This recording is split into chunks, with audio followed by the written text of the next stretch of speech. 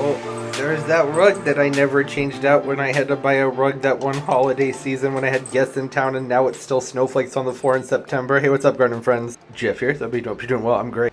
I just got out of the shower, and I was looking straight ahead and thinking, I need to do something about this plant. That doesn't look very good. Was just testing the water pressure. This is actually the guest bathroom, but it gets a lot of use. I don't really know why I felt other people needed those details other than to understand that, things are happening in here. Shampoo that belongs to multiple people. We good? Those are foggy enough. I'm trying to get this video demonetized. So right here, you may recognize this plant. It's been in the videos before. This is a Dracaena white aspen, and it has gorgeous variegation. Isn't that variegation just stunning? The problem is there's some other things that really enjoy this variegation. Can you see them? Oh, you can't see it, but they're there. Those are mealy bugs.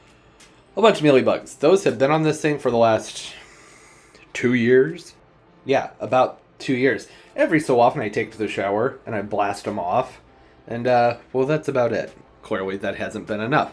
So I was thinking, let's, fix this up. I put zero thought into this. I really was just getting out of the shower and looked straight ahead and said, that's not good. Pardon the pill organizer that drawer doesn't want to close.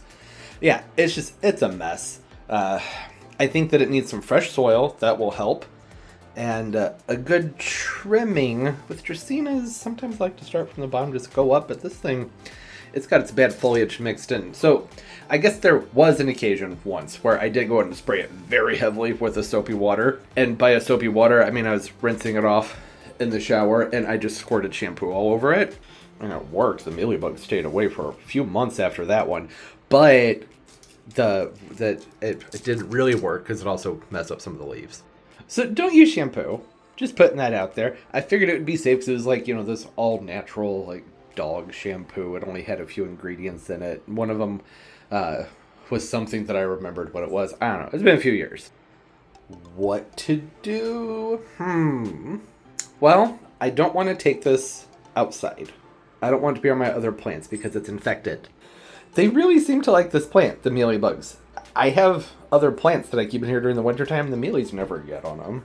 In fact, I have other plants just around the corner here. You hanging out with your head under the cat hole? That's pretty cute, Turbo. Oh, Pumpkin shower's over. You didn't get the memo? I know, we got cleaning up to do. There's company coming in town and get this bathroom all fixed up. Other plants that are in here, the light. It has a grow light. It's broken right now. Billet, philodendron, and it's very happy. No mealybugs. There's a pothos back here growing out of the top of the fish tank. Perfectly happy. I even have a peperomia sitting up here. And it's not loving life, but I just repotted it. And they tend to be little jerks when you repot them. Unless they have nice big roots. If they have a nice big root mass, they're great. But you know how it is when you buy a peperomia. At least the obtusifolias, it just sticks. It just sticks in some dirt that are hardly rooted. So here we are. I have it set on top of this light to help warm it up. And that's been helping. Yeah. The lovely fern that's been over here for a pretty long time. Nothing. No bugs. I guess that's not really fair because these are in glass, but also nothing. And at one point, all of these were in here with this Dracaena, and they were fine. Ooh, gotta watch that reflection. Yeah, there was nothing on them. I guess that doesn't mean that I can take it outside, though, and just be like, oh, they're not going to go to the other bugs. They prefer this one. That's not other plants. They're not going to hop on the other plants. They prefer this one. Screwed that up. Still, I think it'd be best to try and get this all done in here. That's why there won't be any chemicals involved. But the cats don't jump up here. So I might end up being just fine with putting the systemic down in there. Okay, I had an idea and then it went away and I forgot to say anything. You could edit that out, but I'm not gonna. This guy, what I'm gonna do, let's take it over to the shower. Ugh, that needed to be done anyways. I'm gonna put this in here and blast off as many of the bugs as I can, and then can take it outside. I just want to get as many of them off as possible. Then we can repot it. Turbo, do you mind? Do you mind? I'm trying to set this thing down. Blasting the bugs off of plants. It can be done, but it's, sometimes it's just bull crap when people suggest that you do that. It works, but it doesn't really kill them. They just come right back. Or they end up on a different plant somewhere else. Oh my god, is that the avocado pit? Turbo. It's the avocado pit. Do you remember this? That was inside you. No, it wasn't really. There was a scare a few years ago. There was somebody here doing some work, and they said the dog ate the avocado pit. And then Turbo had to go to the emergency vet, where they induced vomiting for 3 hours, did all kinds of scans, found nothing. They did the scans first, right? And then they're like, well, he's a big dog. We're just going to have to really keep a close eye on him, bring him home. I found the avocado pits underneath the oak tree. The guy was full of crap. Tell me the dog ate the avocado. He didn't eat the avocado pit. And so I saved it. It's in there now. All right, so it's gonna take this guy. Probably get the water turned on to not quite lukewarm. Don't want it to be hot. That wasn't descriptive at all. Everybody's little thingy over there is different, isn't it? That's for your feet, but I think it's annoying, so it sticks to the wall. I refuse to stand on it. It feels weird. It's September. I could turn that all the way down, and that's going to be fine. The cold water is not cold this time of year. And then, it just, you know, you do this, do that, all over the plant. Very, very, very heavily. Everywhere. All the way around. And then, after I've done the top, you got to flip them over. That's what happens. That's how you end up not being able to get rid of these things, is because they end up being on the bottoms or inside of all these folds, all the nooks and crannies between the leaves. That's where they like to hide. That's where the devil lives. It's right in there, right where you can't see it, but it's in plain sight. So yeah, I'm going to do that. Get as many of these guys off of this plant as I can to reduce how many I'll be taking outside to repot this. That was a bad camera angle. I'm so sorry. Because I do not want to. I just noticed that there's a bar of soap sitting right there, and the thing that holds the soap has a scalp thingy in it. Okay. You get it, right? You know what's going on here. Gonna get it rinsed out the best that I can to reduce how many will end up going outside or could fall off the plant and getting on the rest of my plants. This might actually be an activity that would be smarter to do when most of my tropicals have been moved inside already, and we just happen to have a warm day where I could take it outside and not even be around the other plants. But, well, that's not happening. I want to do it now. Oh, and if you're thinking there's going to be some kind of beautiful before and after with this thing, no, probably not. I doubt that's going to be the case, because I got all the scruffiness to clean out, but gonna make it look better and spend a lot of time with some neem or whatever I have laying around. Get these guys blasted off of here. Okay, first, one more thing. I gotta give you this dose of cuteness. Look at these two. Look at them. I mean, it's so cute. Pardon the Halloween color. I bought it because I was at the PetSmart, and I just figured I wouldn't be back there again probably before Halloween. I don't go there that often. And I brought it home, put it on him to see if it fit, and then I realized this other color was stinky, so it's in the wash, and now it's probably never coming off. You get used to it. Look at the view. Look at... What's wrong? Well, you're having such a nice moment. What scared you off, Floof? Yeah, I know. You're not scared of anything, Turbo. You didn't run very far. What are you going to do? Probably nothing that exciting. Okay, yeah, now back to plants. Sorry, Turbo. Sorry for disturbing your nature time. Okay. Go ahead and pick up on this. You may notice in the driveway, I'm not taking this to the backyard. We're not trying to spread these critters all over the place. There's already some back there. Why make the problem worse? I've given this time to dry because that usually allows for the next batch of the little problem to come back out. Do a rinse, let it dry, and then more show up. This is why it's a rinse and repeat kind of thing. And I do not typically consider mealybugs to be something you're going to get rid of with just blasting them off. But if you stay on top of it and you do it frequently, then maybe. However, this is the Dracaena. It's not one that's going to want to be blasted with water all of the time. In fact, there's going to be spots on the foliage that looks damaged from what you just did. So that's just not a practical way to go about things. Where'd the stick come from? Huh, I don't know. All right, so I'd like to come in here, the bulk of the soil moved down to the bottom so I can shake it out. I'm gonna spray the inside of this down with some bleach. Would have helped if I had remembered to grab the bleach. That would have been useful and sped things up quite a bit. There we go. There's still some soil in there. That's okay. Spray this down, let it sit for at least 5 to 10 minutes. Want to make sure that the bleach can do its thing, right? I'm doing this because mealybugs, they tend to hang out inside the pots. It just happens. They're not always on the plants. Especially I've noticed blue containers. I don't know what that's about. I don't know if they're attracted to the color blue. I've just noticed that when I have mealybugs in blue containers, or plants in blue containers that get mealybugs, I find the mealybugs on the pots a lot. More than I do with other things. Usually these cobalt blue pots. It's that. That's what it's pointing to. It's pointing to this thing right there. Okay. So now, another nice thing about this being a Dracaena, they're pretty easy to get cleaned up. You can just come in here. You can pluck these old leaves right off. Use a pair of scissors if you want to, but they really like to get down in between all these leaf scars and leaf bases. So it is best to just pull them off, rip that whole thing off. Because if you cut them, then you leave a gap up here. So with this piece right here, if I were to cut this, say right there, then all that stuff in there would still be hiding. They get down deep into these crevices. I'm even going to, well, we'll just try and get that one out. Sometimes you can get them out and leave the upper leaves. Leaves that still have some nice stuff on them, that is. Yeah, see that? That's all that stuff in there you can't get when you're just rinsing. Okay.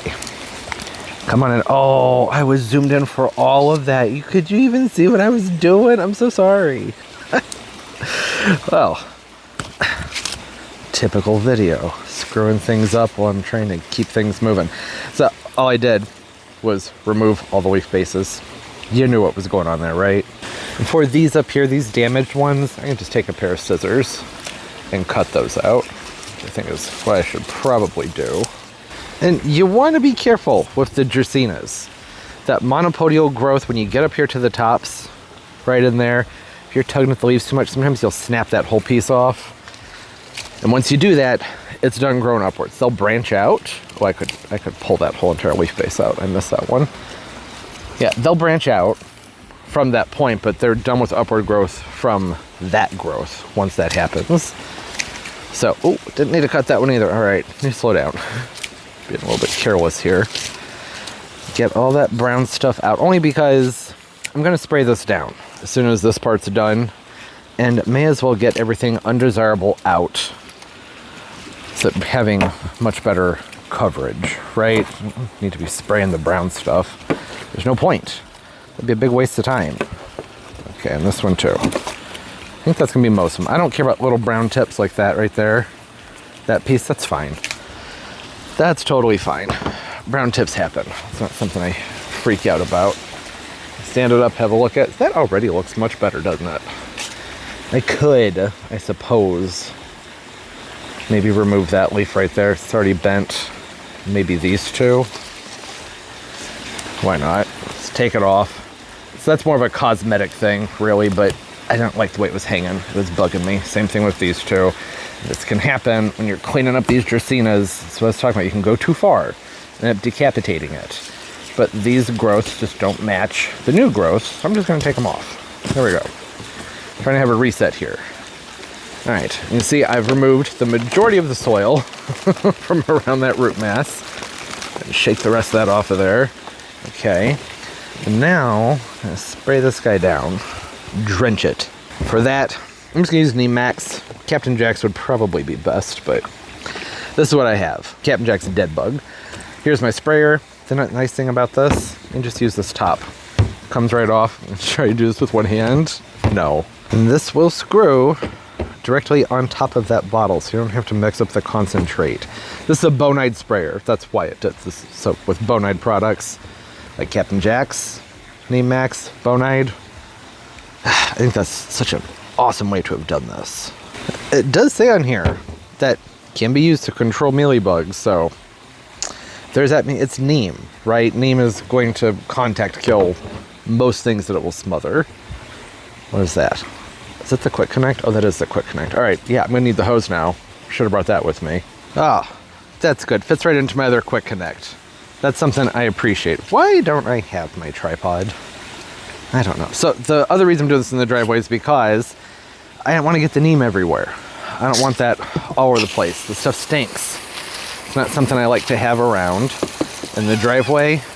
No problem. And I like doing things from this angle too because I can get way up on the undersides of the foliage. Just like that, and just absolutely drench it. Drench it with the neem. And I can come over here and give it a nice flip. And we'll do that again. And I'll do it from the top and so forth. Really just getting the whole thing, roots and all, because those mealy bugs, sometimes they'll get way down in here and they will hang out inside those roots. It really goes from plant to plant. And different types of mealy bugs do different things. Sometimes I like to shake this while I go, because neem should be able to smell it. And I can't really smell it. So that's why I'm shaking it as I go. I wish this didn't drip so bad. Every single bonite sprayer I've had, they drip. They just drip like crazy. It's the quick connects. I'm using a different quick connect. So I thought, oh, that might help, but no, it's still dripping pretty intensely. And I am also going in and getting down in between those leaves, the leaf bases, I should say. I was pulling them back when I was using two hands to make sure that this could really get in there. Turning it frequently, just really letting this thing have it. With the neem, it's important to not let plants sit out in the sun for too long if you're using neem, because it can scorch the foliage. And again, other reason to do this in the driveway is because of pollinators, right? A lot of flowering plants out there. This is a more protected area to be doing this. All right.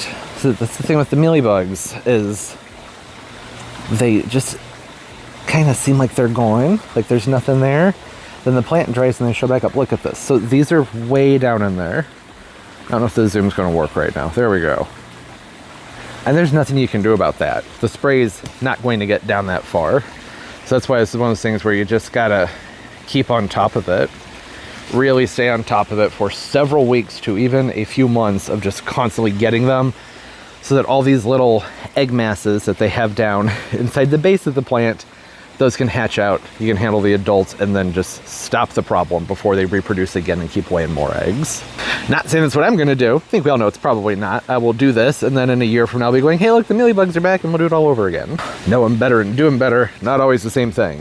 I would like to think that I will be very on top of the mealybug situation here, but I probably won't. Just being real here. Give this a very, very, very heavy rinse that's had a few minutes to let the bleach do its thing, and then I'm just gonna pot it back up into an all-purpose potting mix. And it's all done. And I'm thinking I need to run to a nursery. I need to grab some plants, some pollinator plants like Spinocaryopteris. There's a nursery in here that usually has these really pretty mums from ball seed. They're pink with a yellow center. And I don't know, whatever else to find.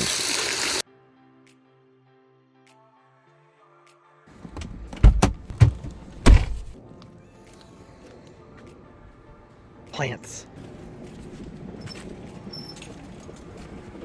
Oh, hi butterfly. Over here, see these beautiful mums?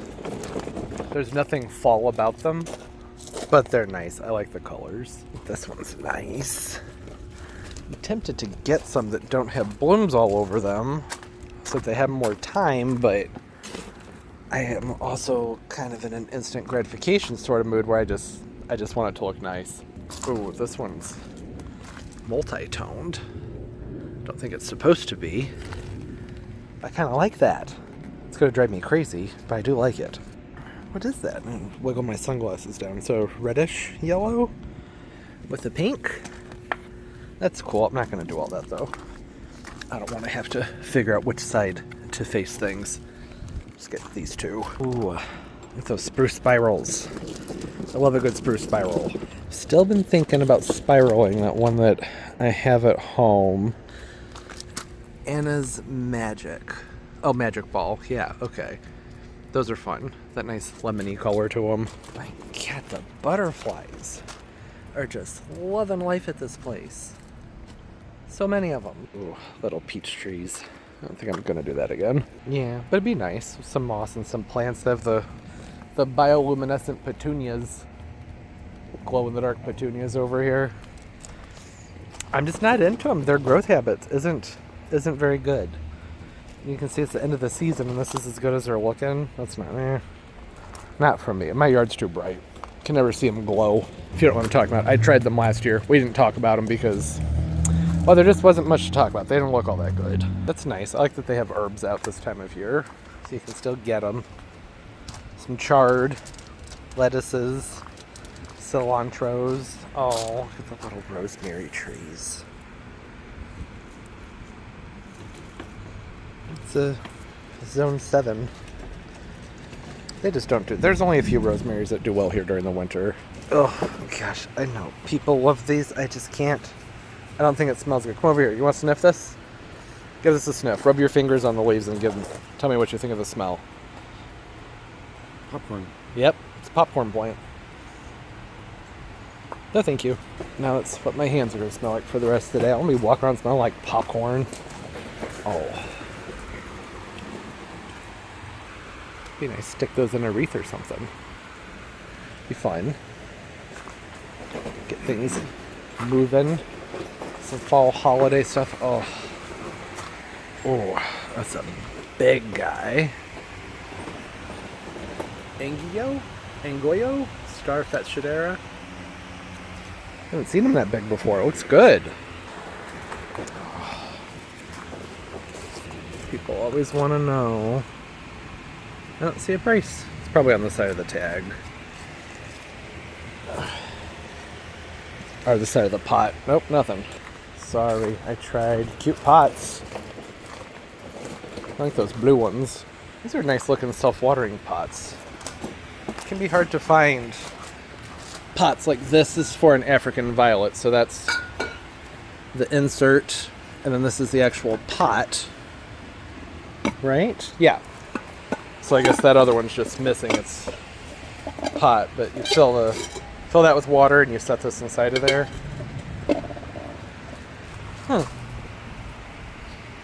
Kind of big. Yeah, look at that. That is pretty. Really big. There's one with the African violet in it. I really like that. The blue and the green. That's nice. That's really nice. Oh, Monrovia. I bet these are expensive. Odd that I don't see prices on them. Probably just very expensive. Hey, look at these. Oh. Oh, that one's pretty. I like that. Really nice and cherry. Good price too. Some of these are really big. Wait, $10.99. Oh, what are you gonna look like? This is gonna be the white with that pinkish outline that they get sometimes. Oh, I really want one of these. I like them all. I think this one has the best growth on it, but it's about done flowering. But I mean, it's an African violet, right? Fertilizing it with lots of light, it'll start to flower again. This one, I like the ones where the petals have a lot of sparkle, and this one, oh, it's got some sparkle to it. The anthurium, yeah. So glossy, so nice. Oncidiums, gingers, wow. Ooh, this guy's got some good color. Probably from too much sun, but it looks good.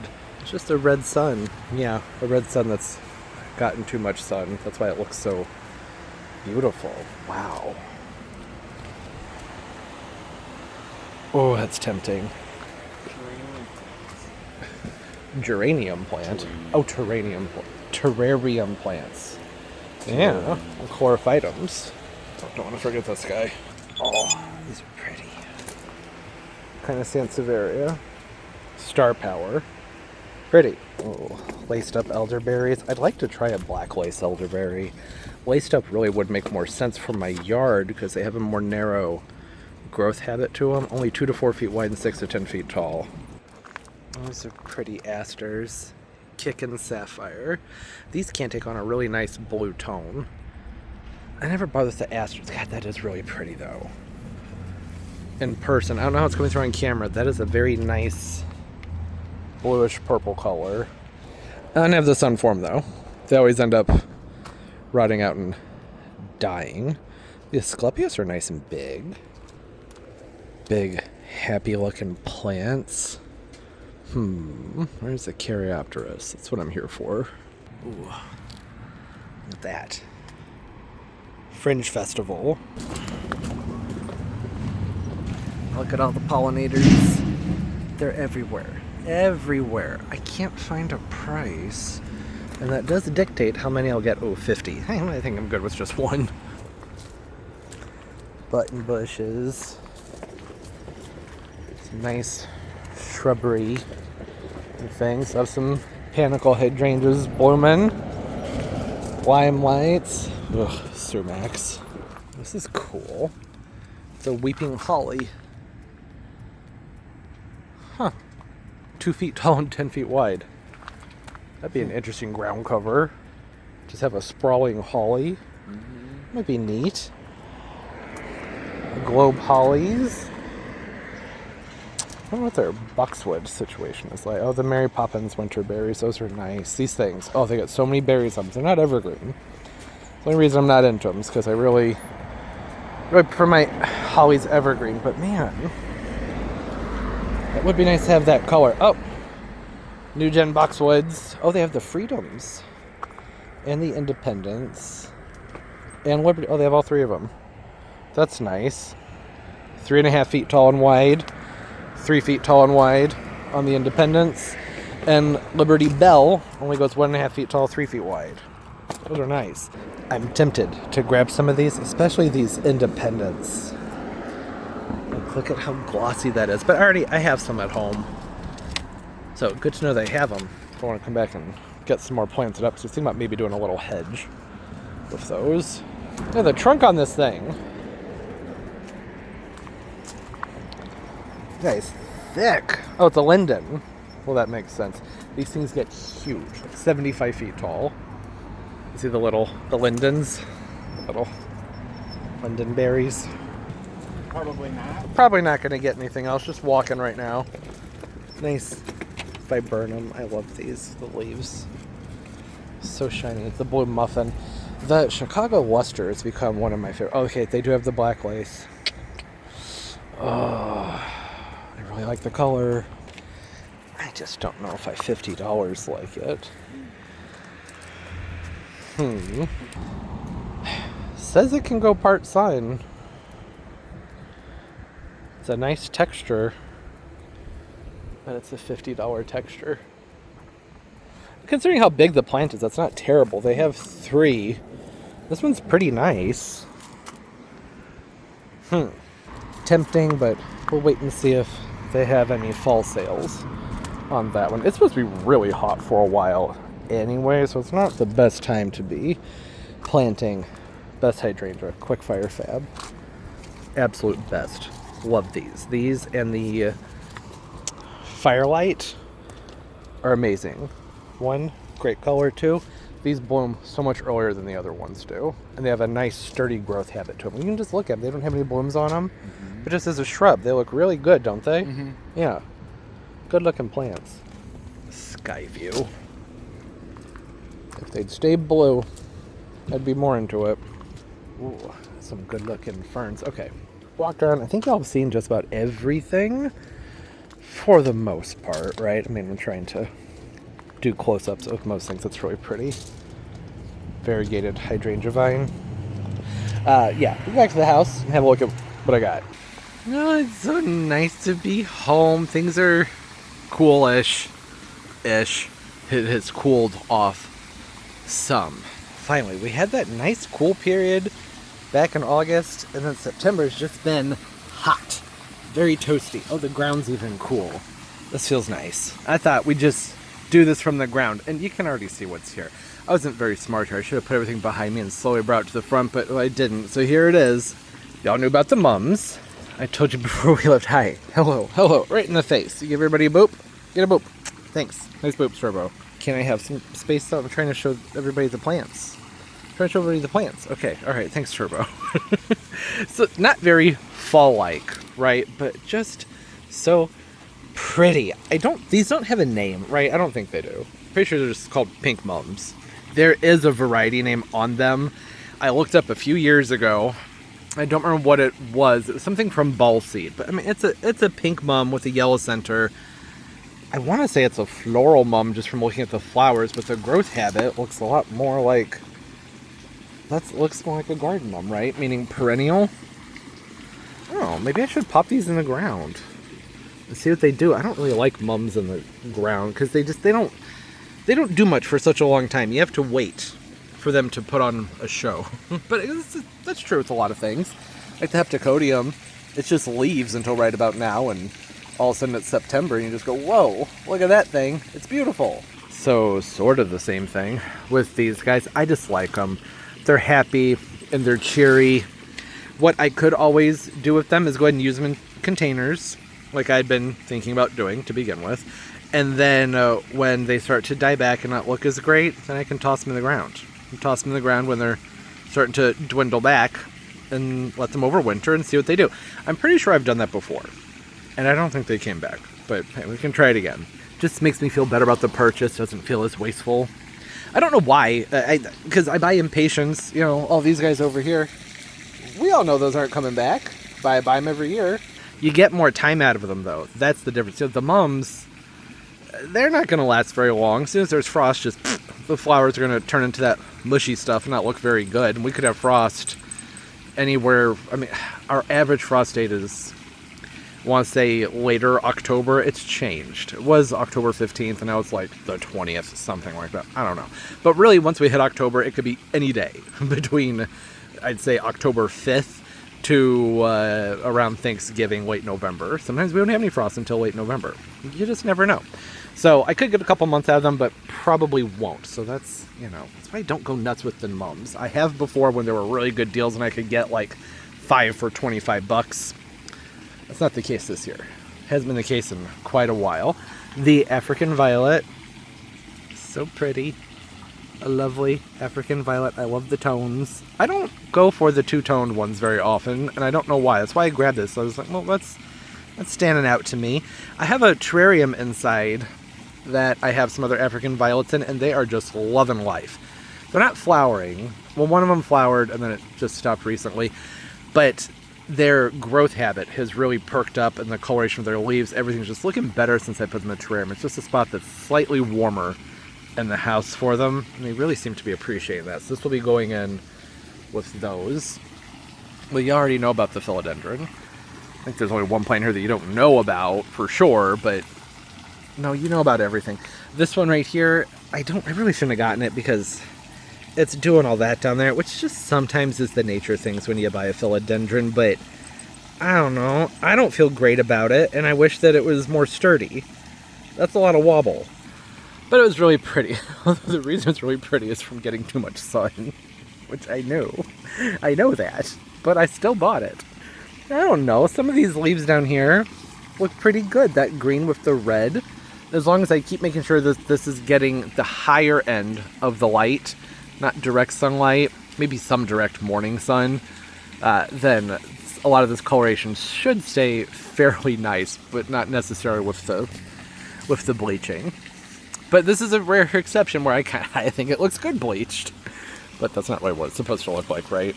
Just has good color. Price was okay. The sun red philodendron. Yeah.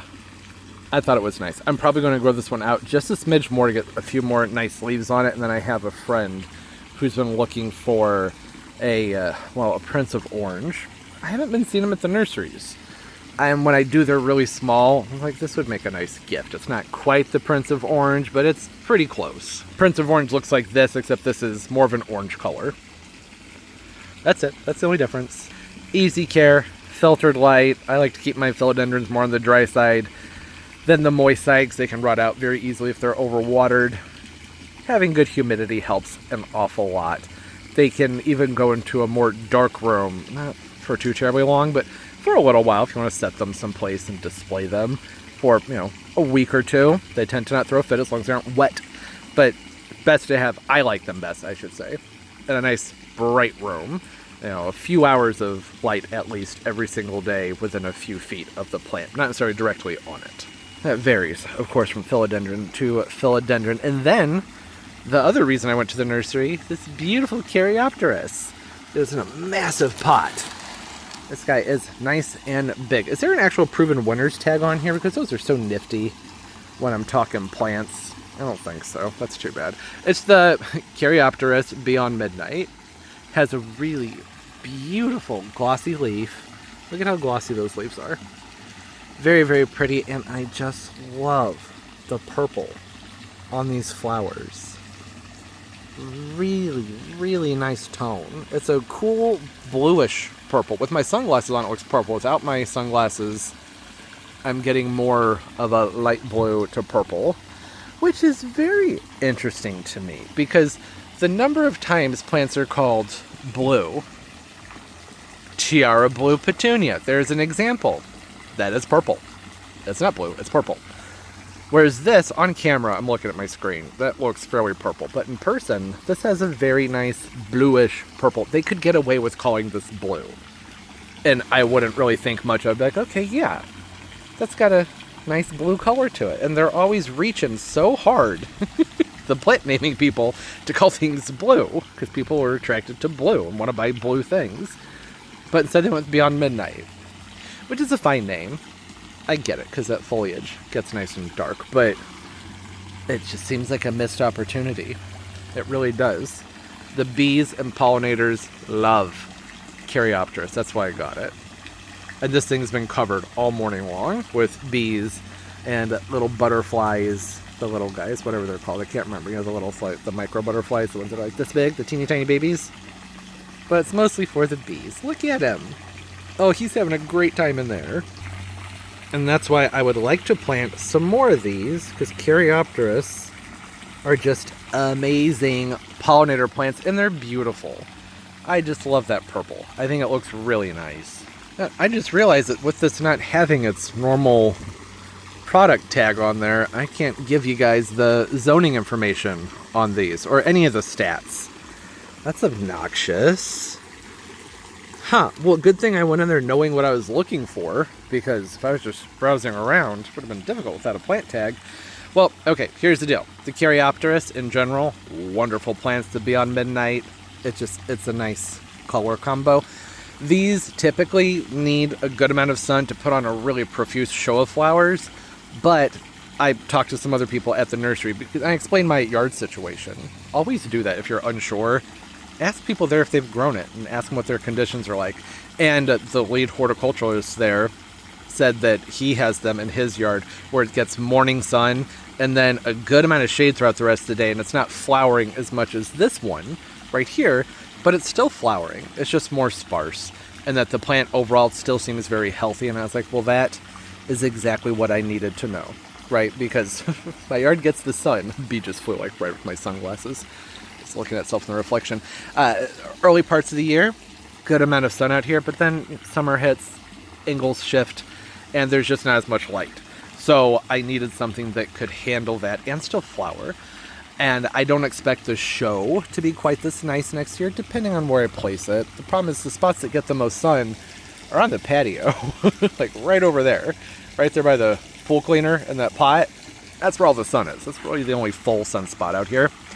But this should be alright, regardless of that. As long as I put it someplace, somewhere in here, it'll get a good amount of light. I'm actually thinking right back here. I think that would look nice with the dune grass, but may get smothered out. So this one may end up being overwintered in the, not hoop house, the little pop-up greenhouse thing. I don't know. For right now, I'm going to start it off, probably going to start off in a container with these, who are you? Begoat and mums. The mums at the base, just for a nice colorful container. Not very fall-like, but I'm not very fall-like. I get into the warm tones of fall, and I like the cooler weather, of course, but as far as orange and yellow flowers, it's just not really my thing. Never has been. I don't mind like orange and yellow and like pumpkin-y decor in the house and all that stuff, but with the flowers, I don't know. It just doesn't do it much for me, but that's just me. That's just a personal preference thing. So I would still like for this to be paired up with those nice colors. Just a nice pop of vibrancy. Yeah, looks good. And I'm very happy with it. I'm going to just stick with the one for, I guess, this year and maybe next year to see how it does, and then decide whether or not I want to plant up a few of them. I do think it would be nice to have a few of them out here. But, geez, just one of them really seems to be doing the trick with keeping all the bees happy, that's for sure. If I were to put this underneath that heptacodium, oh, Oh my gosh, the number of bees and butterflies that would be over there would be absolutely insane. That might be something to think about. I'm not sure if there's quite enough light down there, but, oh, if there is, yeah, I might be onto something there. Just go ahead and put these together so you can get an idea of what I was talking about. See that? Oh, that's a nice color combo. I like that. I think that looks very nice, especially with the philodendron over there that has given me fall vibes. Yeah, that looks good. Looks very nice. There's my bud. Love you, Turbo. Can you see the shimmer? Is that? Yes, there it is. It can be hard to get that shimmer on camera. You see it? That's why I love African violets. As long as they have that shimmery effect to them, they make me so happy. Such beautiful plants. Sorry about that shaky camera work there. I was, for some reason, in an odd squatting position, trying to stand up and get that filmed at the same time. So, right here, I don't know. This is under the Heptacodium. This is what I was talking about. Can you see? I don't know, this light's kind of harsh. I can't see what's going on over here. Let me get in. The bees. There's bees all over this thing. They're everywhere. They love the Heptacodium. If I could put just a few those Caryopteris down here, this spot would be popping. It already is popping, but I just don't know. I don't think that's quite enough light. It's afternoon sun is what it is over here, and they could take it, but what I don't know if they could take is the moisture. That's something to think about. I would put them in place of the Tradescantia and just have a perennial border right here, which I think would be beautiful, and I would love to have a perennial border. I think that'd be very nice. And still get that purple and that nice glossy foliage. I could still tuck some annuals in, like maybe some lantana. Could dot them around the the Caryopteris that I'm just imagining being in this spot. I would do probably 1, 2, I think 3 would be all I could do, because this ginger likes to creep up over things, so it would get shaded out too much right there. The voodoo lily right here, Sornatum giganteum, that just comes up mid-July and it would just be growing through them, and that'd be fine with me. Yeah, that might be an option. But since it's not a ton of sun, then I would really have to be on top of how much water is going into this space, right? Because they could rot out. And the gingers need a lot of water. But that's what drip's for. I just add a drip line to the gingers, and really, actually, the front of this bed doesn't get a ton of water, because I put this riser in here and it shoots everything up and over the Tradescantia that's in the front. So, I don't know, it's something to think about. Okay, I have a ton of watering to do. We're still having a drought. I think there's rain expected in the forecast, hopefully sometime in the next few days. It's been bad. They're not talking about it, and I don't really know why. Maybe because it hasn't been unbelievably hot. But it has been quite a while since we've had rain that does much of anything. We've had drizzle and, like rain that just makes everything look wet, but that's not enough. Everybody's lawns are nice and brown. And I've backed off on some of my watering just because I'm like, this is getting to be a bit much. So there are some plants, like I have some variegated sun patience. I'm just going to toss them. It's about a month early, but it's just so wasteful having to water them like 3 times a day. I'm not doing that. I'm trying to cut back on the amount of water I have to give everything. That's why I like the Diplodinias and the Mandavillas, because there are other plants out there like the bananas and the gingers and the elephant ears that need so much water. Even the Adonidia palm has been needing a good amount of water. I actually meant to say the queen palm. The Adonidias always need a lot of water. But the queen palms, which can usually handle the drought, just look awful. Yeah, I'm over it. We need rain. I've been spending hours every day watering out here. That's with drip and irrigation. So yeah, that's why there are some things, like I said, those impatiens. I have 2 of those big impatient baskets. I think I'm just gonna pull them out of here, because there's no reason to keep them around at this time of year. They're not looking the best anyways. They're starting to fizzle out. Just get them out. It makes life easier. There's one last thing that I was thinking about doing, and it's turning this basket around. It's not growing the way I would like it to, meaning most of the growth. Look at that. It's just frying, just cooking over here. It's awful. It happens. It's not the end of the world. They're alive. They'll be okay. But the sweet potato vines, this Ipomia, this mahogany one, that beautiful red one's all shriveled up. need to turn it so it's facing out, because those red ones I've noticed need a lot more light to grow. The green ones, obviously they have all the chlorophyll in them. They can go with the shade. The red ones, they need sun if you want them to get looking nice and bushy. The ones on the front porch that are getting sun, big and full and beautiful. This one right here in the shade, not so much. And all I have to do is get up there and just lift this and turn the hook. The one time I forget to put my hanging basket on a swivel is when it's like a 50-pound frickin' basket. So that's why it's all dried up. I've actually avoided watering this one for the last couple of days because I need to get in here and see if I can lift this. Oh yeah, oh that makes such a difference having it bone dry. Let's see if I can do that. Well, that would have been a very smart thing of me to have done a few weeks ago. So frickin' easy. Don't you hate when you do that? When there's something that you're like, oh, I need to do that, but it's going to be complicated, so you put it off and you go and do it. It turns out not complicated at all. Yeah, well, this basket was very heavy when I hung it up there because I had more moisture in it, but I gave it a few days to dry out, and I know it doesn't look so hot, but it's going to bounce back.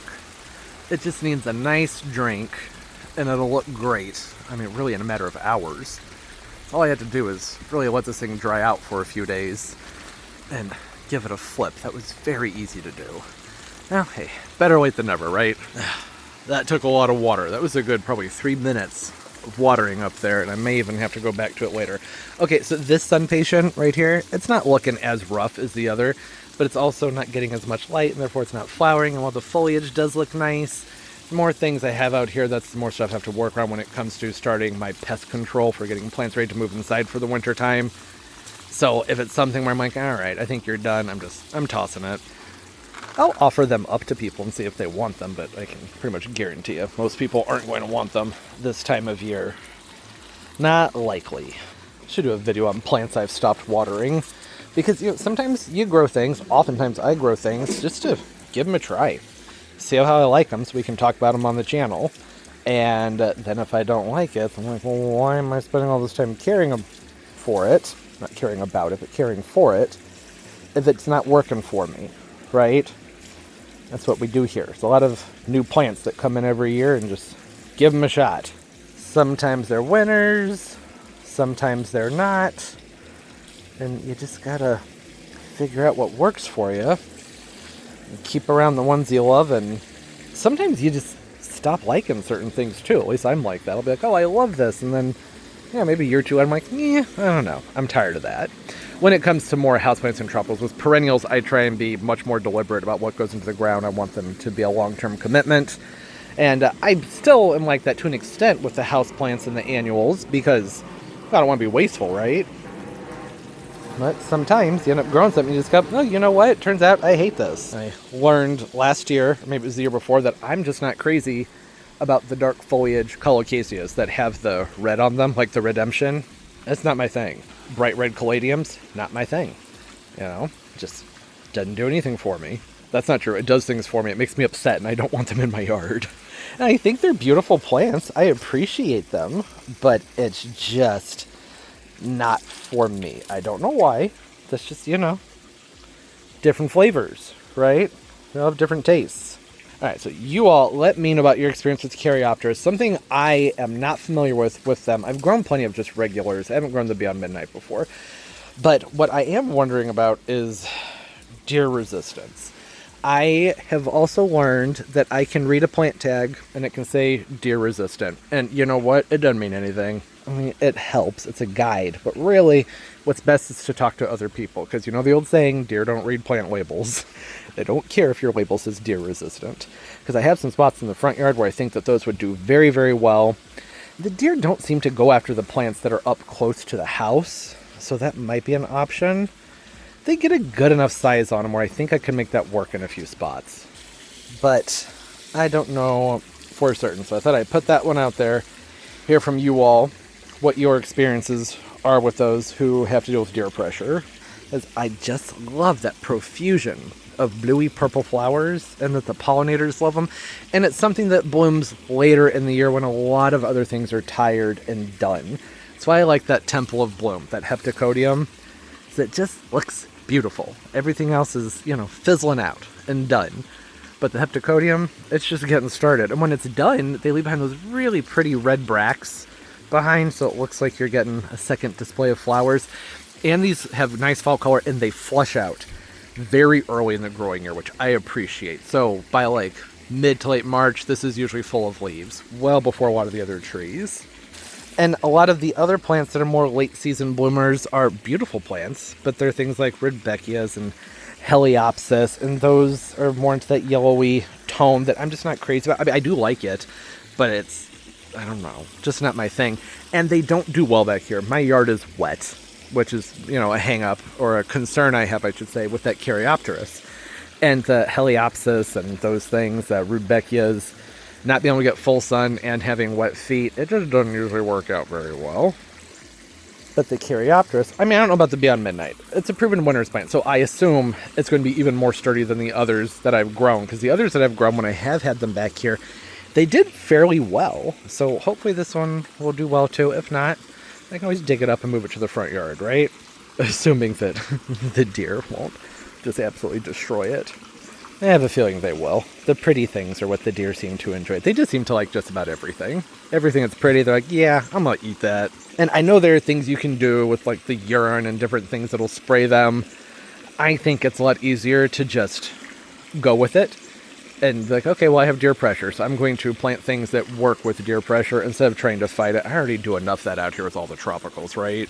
Just something else I'm considering cutting way, way, way back on just to simplify life.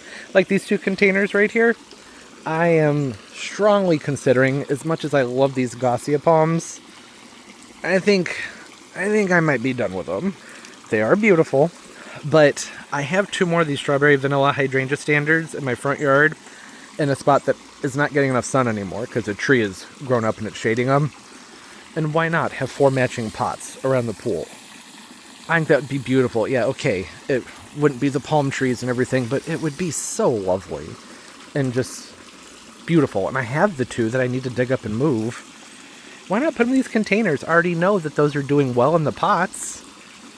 And it's 2 less palms to take care of, right? And they're easy palms, these Gossia palms. I won't go too far in this because there's going to be a garden tour in a week or so after this where I can talk more about this. But they just aren't, I don't think they grow fast enough. That's what it comes down to. So they go away to the greenhouse, they come back, they bleach out from being moved into the sun from the greenhouse. Acclimating them takes 6 to 8 weeks minimum.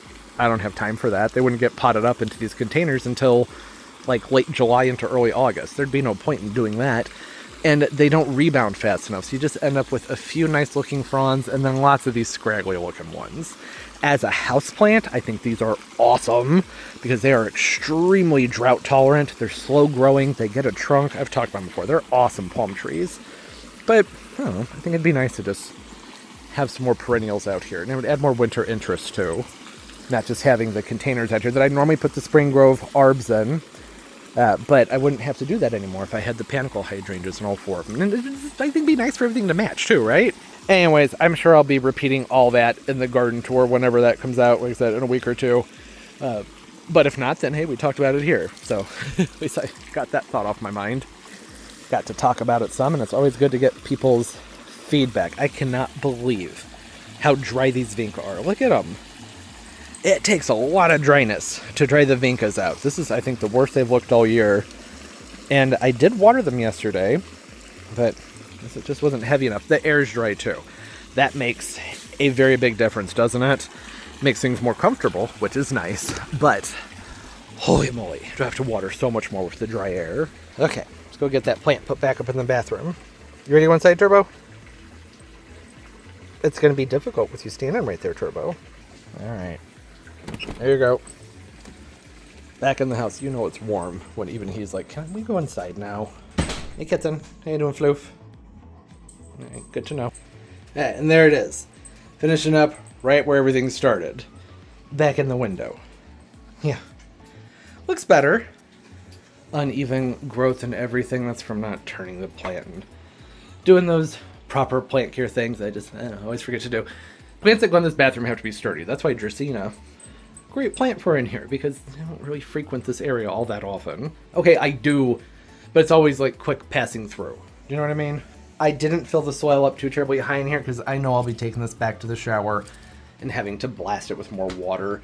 So that helps just reduce splatter. You can put newspapers down. You can put some stone or something like that if you really want to. I like to keep things nice and open because that's just best for pest control. And I'm just usually prepared to clean up some swell. It's hard to clean the undersides of the leaves if you can't tilt the pot though. So that's something to keep in mind. You might want to, some Spanish moss, something to get in there and help hold everything down so you can tilt it and wash the undersides off. I'm already seeing a resurgence of some of the bugs that I've missed.